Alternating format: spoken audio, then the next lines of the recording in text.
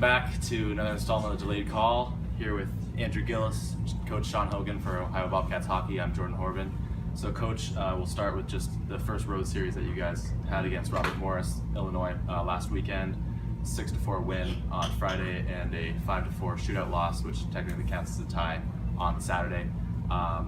It was on the road, so Gillis and I weren't able to watch any of it. Could you just give us maybe a quick kind of string of events of what sort of went down in those games? Yeah, well, Friday night I was proud of the way we bounced back. They jumped on us early. For 2 games in a row, we've come back from two goal lead or deficits at that point. So the way we played Friday, I was pretty happy with it. Created tons of offensive opportunities. We held them to 13 shots. I thought Friday night we were clearly the better team. A couple of their early goals were kind of strange bounces, and those things happened. But we were resilient. We were mentally tough, and we came back and won. Saturday we jumped on them, and we had two goal leads ourselves that game. And then we got a little bit emotional, I think, at times, and the coaching staff's guilty of that as well. They were tight games, but I thought we were the better team, and maybe Saturday night we gave one away there a little bit. Can you talk a little bit maybe just about the injuries that are going on with the team right now? I know we got one guy hiding behind the camera right now, Jake Fiala. I don't think he can even hear us, but Fiala, and then also Matt Hartman, and maybe anybody else that is a little shaken up and kind of what their status is right now. Yeah, I think we're at the point of the season where you get about 6 weeks into the season, 7 weeks in, the injuries start to add up. Fortunately, this year, we have a deep team, and I think with all 28 guys in our roster can play and can compete. So that part of it helps. But when you lose leaders like Jake and Hardy, but hopefully Jake will be able to go the weekend. But when you lose guys like Hardy not being able to play as a captain, that always hurts. And then some of our younger guys, Heekins is banged up a little bit. I think everybody's feeling the bumps and bruises. But fortunately, like I said, we have 28 guys that can play, so that helps. Is there any time frame on Hartman? Well, we're hoping maybe this weekend. If not this weekend, maybe next weekend. It's kind of a week-to-week thing with him. He broke a finger in his hand, and it's just going to be a week-to-week thing. When you do have to juggle those lines, what do you look for when you're trying to mix and match for some guys that maybe haven't played together this season? Well, usually we just went by who's competing hard in practice, right? And the way that we run our systems, it's almost to the point where we can plug guys in anywhere so they know what to do and how to have success with anybody. And ultimately, that's the goal, right? Whether you're on our fourth line or our first line, all 4 of our lines have been scoring and doing the right thing. So, like versus Colorado, for example, our third line with that night it was Harkins, Evangelisti, and Pulisic. They were our first line. They were phenomenal. So. We've been pretty fortunate that way. So looking forward to this weekend, I think the big news is that ESPN3 is going to broadcast the game on Friday. So if you could just talk about what that means to your team, what that means to you, and just kind of the ACHA as a whole. Well, I think it just further legitimizes what we're doing here.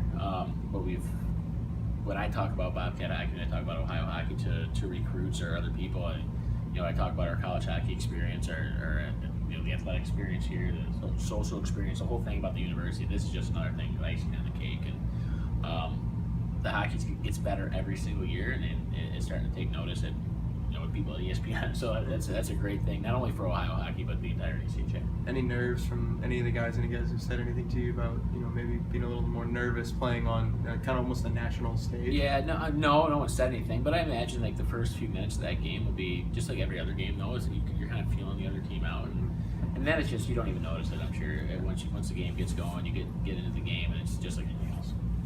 Now, as the head coach, I know you have some duties around here with Ohio Bobcats hockey, additional to just coaching a hockey team. So, in terms of the ESPN3 coverage, is there anything that you have to do specifically to kind of facilitate that happening this weekend? Yeah, we've been working with them. I mean, there's little things like hotel rooms for them, and then feeding their staff and all that. But then there's little things in terms of game operations. So the game's going to start at 7, not 7:30. So that bumps everything up for our game protocol. But other than that, no, it's just being involved in the process and the game operations. We have Greg here at the rink has been doing a great job with most of that stuff. So I don't think it'll be anything different besides the 7 p.m. start. In terms of the opponent, obviously Jamestown is new to the ACHA this year. What have you seen or heard from them so far in their inaugurals? Yeah, well, they're well coached. They're coached by Dean Stork, who's 9 or 10 years as a professional coach in the ECHL, and as an assistant coach and a head coach in the ECHL. He also played in the AHL.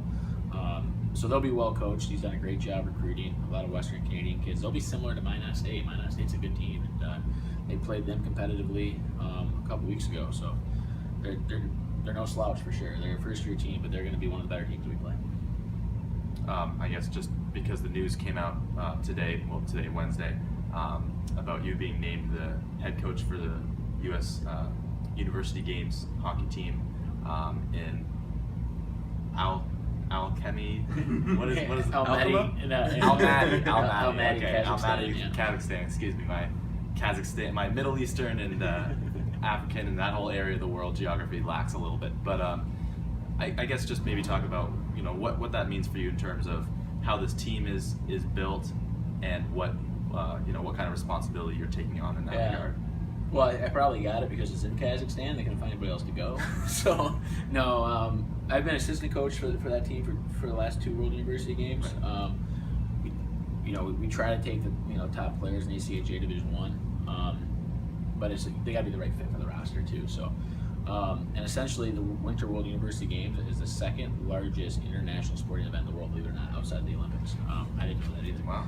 All right, we're learning today. It's a big event. And it's well attended overseas. And my responsibility is, as head coach, is I have to. I'm part of the selection committee. I'm not the final say. I'm a part of the selection committee for players, and then it's ultimately coaching the team. I mean, over Christmas we'll go play Holy Cross, the NCAA Division I team, and then we'll play a couple other NCAA teams over that break, and then we go to Kazakhstan in February, end of January, early February, and we compete against the Russians, the Canadians, the Kazakhstanis, the Czechs. So it's a really good tournament. We haven't been able to medal in it yet, but this could be the year we get our first medal. When is the team decided? Well, we're hoping to have that done, that selection process through USA Hockey by the end of November, I believe. Good. All right. That's it for another episode of Delayed Call. Ohio hosts Jamestown Friday and Saturday at 7 p.m. It'll be on ESPN3 if you can't catch it at Bird Arena. Thanks for watching.